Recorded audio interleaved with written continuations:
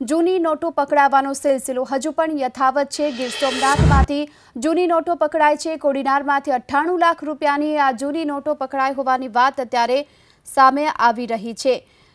આ સાથે જ આપણે એ પણ જણાવી દઈએ કે કરેડા ગામના પાટિયા પાસેથી પોલીસે કેરીના 2 બોક્સમાં ભરેલી આ જૂની ચલણી નોટો છે જેને ઝડપી લીધી છે। અને આ સાથે જ રાત્રિના સમયે 2 કેરીના બોક્સ નોટોથી ખીચોખીચ ભરી અને બાઇક પર લઈ જવામાં આવી રહ્યા હતા। દરમિયાન પોલીસે હાલ તો આ જૂની નોટોને કબજે કરી છે। 3 આરોપીની ધરપકડ કરવામાં આવી છે। જો કે આ સાથે જ મોટું રેકેટ ખોલે તે પ્રકારની શક્યતા જોવામાં આવી રહી છે। તમામ નોટો 500 અને 1000ના દરની છે અને જૂની નોટો ફરીથી મળી આવી છે। કોડીનારમાંથી 98 લાખ રૂપિયાની આ જૂની નોટો ઝડપાઈ છે। આ સાથે 3 આરોપીની પણ ધરપકડ કરવામાં આવી છે। કેરીના બોક્સમાં છુપાવીને આ નોટોને લઈ જવામાં આવી રહી હતી। આ દરમિયાન હાલ તો પોલીસે આ તમામને ઝડપી લીધા છે।